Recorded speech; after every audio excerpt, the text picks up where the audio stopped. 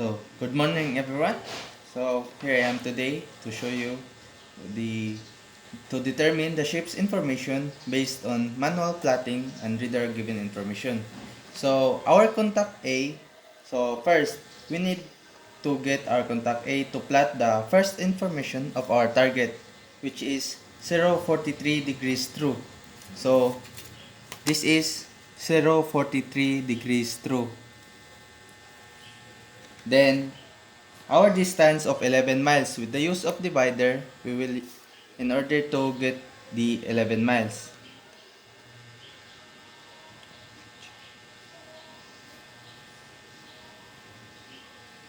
And here our 11 miles. The next is the first target is represented by R and observation time, which is 0745 hours. Next is our 4041 degrees true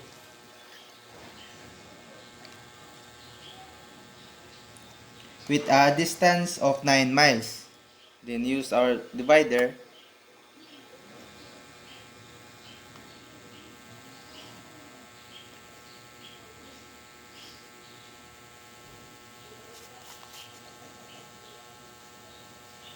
In here. Then draw a line from R to M to protect our relative motion and CPA. So we will draw a line. And after we draw a line, so this line is called RML. Then if we get our RML, we need to move our RML to the center in order to determine the DRM.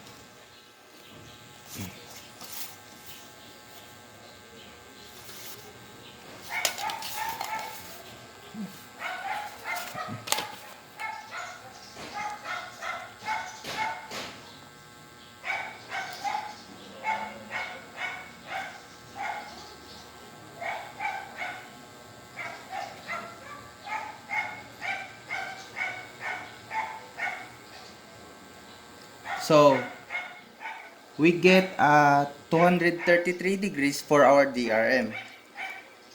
Then calculate our SRM.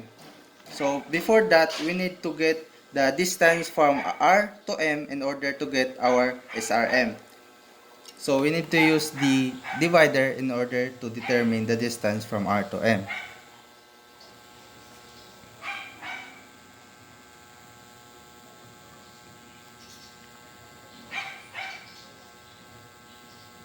Then we get 2 miles. So then let's solve. With the given formula of SRM equals distance R to M times 60 divided by time in minutes. So substitute the distance R to M, which is 2 miles times 60 divided by 6. Then we get 2.0 times 60 equals 120 divided by 6. Then we get 20 knots for our SRM. Then let's move on to contact B. So the given information first is 0.9 degrees true. 0.9 degrees true. So this is our 0.9 degrees true with a distance of 11 miles. And as usual, we need to use our divider. 11 miles.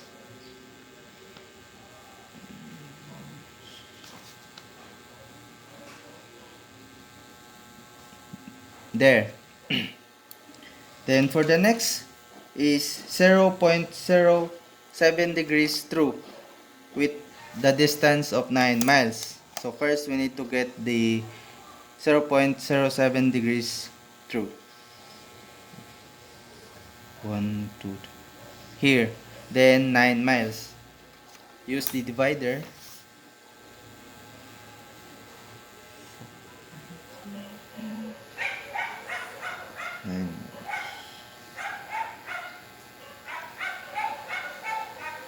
And there. So the M, this here is represented by M and observation time, which is 0.751 hours. Then line the R to M in order to protect the relative motion and CPA. Then after we line, we will get our RML. So let's move our RML to the center in order to get the DRM.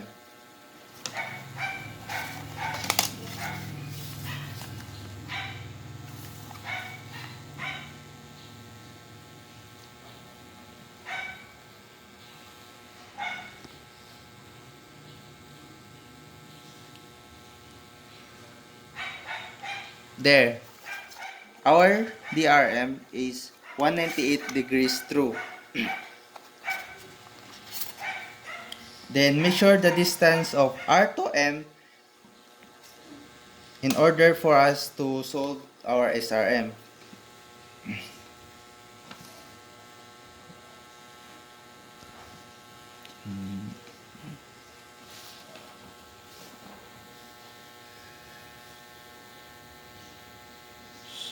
It's the same as contact A, which is 2 miles. So let's solve. So with the given formula, SRM equals distance to R to M times 60 divided by time in minutes.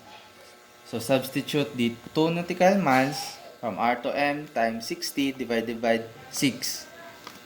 Calculate 2.0 times 60 divided by 6. And we also get 20 knots for our contact B. Is R.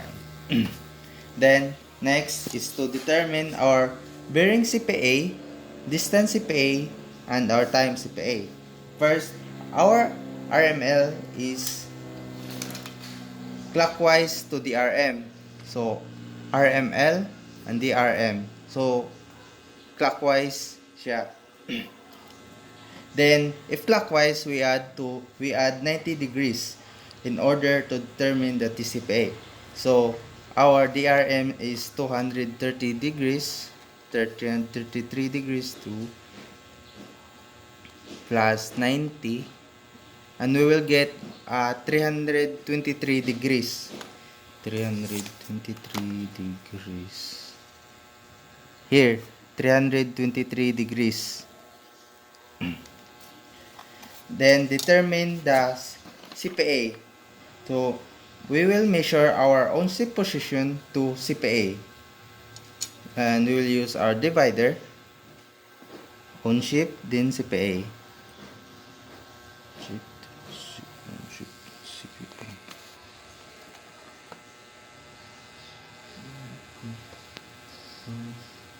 We will get 1.8 miles, nautical miles.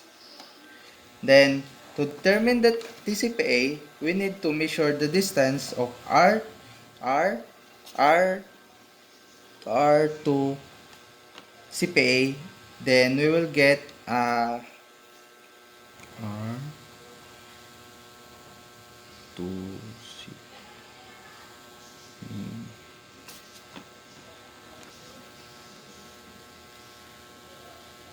10.9. Then we will get 10.9. So let's solve for our TCPA. So TCPA. So TCPA with the given formula of distance R to CPA times 60 divided by SRM. So substitute the 10.9 that we get in R to CPA, which is 10.9, then times 60 divided by 20 is not 20, which is our SRM. So we will get 10.9 times 60 divided by 20, 32.7. So our TCPA is 32.7. So we will move to the next. So the same procedure. we will need to determine if our RML is clockwise or counterclockwise to DRM. So, but in this case, our RML is clockwise. So, clockwise to DRM.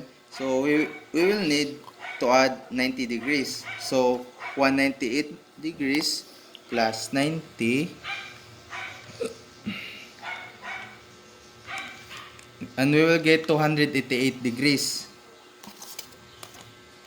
And here, this is our 288 degrees. Then, on shift to CPA. On shift to CPA. We will use our divider.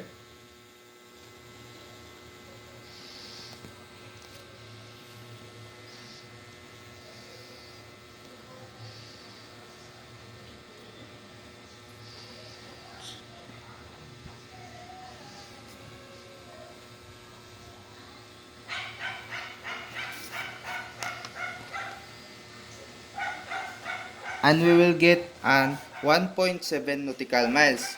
Then, our time CPA from R to CPA, which is to CPA.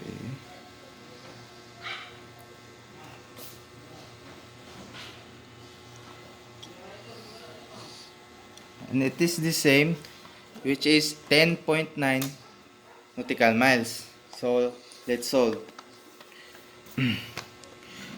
With a given formula of TCPA equals distance R to CPA times 60 divided by SRM, let's substitute our R to CPA, which is 10.9 times 60 divided by 20 equals 10.9 times 60 divided by 20, and we will get our 32.7 for our TCPA.